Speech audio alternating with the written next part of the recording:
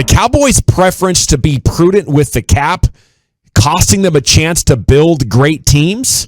I think that's what we're looking at. They might be setting things up for 2023. I do want you to consider that. It would make a lot of sense for Sean Payton, who loves to go on spending sprees, say, well, why don't you take a year, get that cap in order, let Mike McCarthy manage that thing while you guys take the hit, and then I'll come in with a clean slate.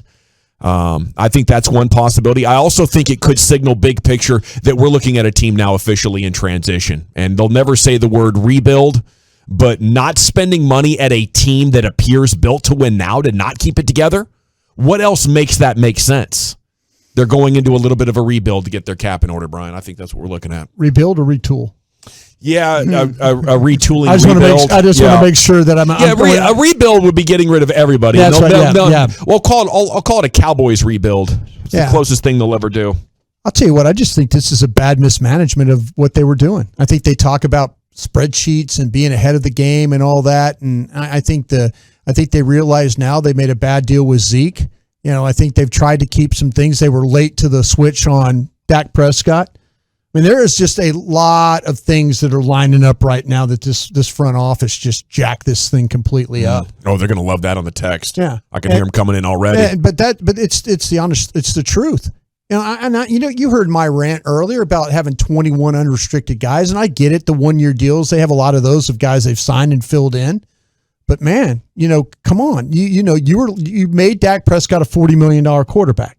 You made Zeke Elliott one of the highest paid. I remember being at the Combine 4 years ago, whatever it was, and Stephen Jones was talking about when Ezekiel Elliott contract, and it was our guy with the Rams. It was Todd Gurley. Immediately he went to Todd Gurley. Well, the difference between you and the Rams, they gave themselves a way out. You haven't given yourself a way out. The fans are looking at this like you're like giving up our better players. You're just saying, oh, okay, Coop, so long. Okay, potentially Tank, so long. How do you have faith in a front office if they can't manage the cap and they're getting rid of your better players?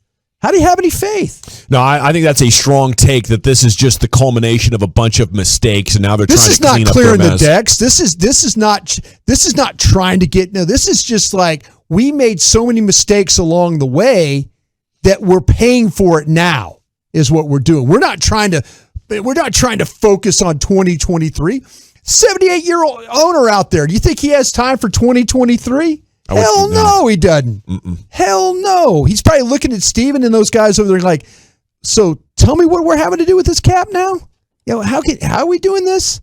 I just think it's somewhat normal and good to be letting go of older guys that have had injury history instead of extending them and hoping it gets better. Because this day of reckoning is coming, whether it happens now or down the road. And I think they're more waving the white flag and saying, we went for it. Keeping Zeke was all about trying to win the championship. We had a bunch of good players. We made a financial commitment. But this team isn't good enough to stay on that path. We're just going to end up frustrated again.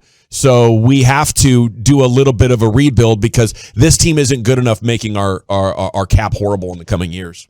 Well, yeah, I mean, if they tried to just keep Amari Cooper and Tank Lawrence, it would just put them in a worse place in the next year. And I do wonder, because you did talk about 78-year-old owner. I do wonder how much of this is just the, I guess, impulsive. That's not the right word, but like the nature of Jerry Jones, and if he wants something, he gonna get it.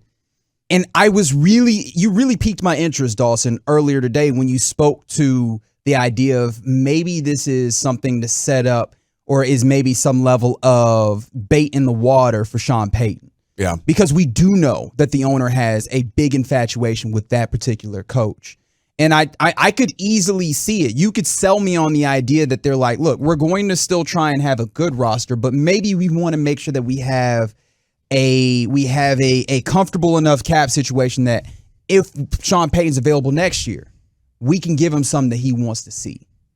And I'm having a hard time shaking that, even though like my natural thought is like, well, that's somewhat ridiculous doing that, but also this is Jerry Jones and the Dallas Cowboys. Ridiculous is kind of part of the terrain. Yeah, we'll give Mike McCarthy a blindfold and a cigarette because he's going to stand out there in front of the firing squad and he's going to have to answer all the questions, why the team's not any good, or why the team is doing this, or why Sean Payton. If you want to really evaluate the head coach, and you evaluated him this year and he didn't get it done, and you've moved on, you should have tried to go get Sean Payton today. Yeah, you shouldn't be waiting around and trying to get the cap in order and then say, okay, McCarthy, kind of go figure this thing out. Well, I remember an interview with Jason Garrett from like 2014 or 2015, and they had spent like 11, 12, and 13 at 8-8. And they'd made some really good draft picks. And what he was saying in that interview that offseason was, we were rebuilding the last 3 years. But at no point in those 36 months did the Cowboys or any beat reporter say, hey, the Cowboys are in a rebuild. They want to remain relevant. They want to be exciting. Those years they played for the division championship in week 16 or week 17, they could say we were in the playoff hunt. I think this really comes down to them acknowledging this thing didn't work. We need to reset our books and try basically rebuilding this team, especially on the offensive and defensive lines.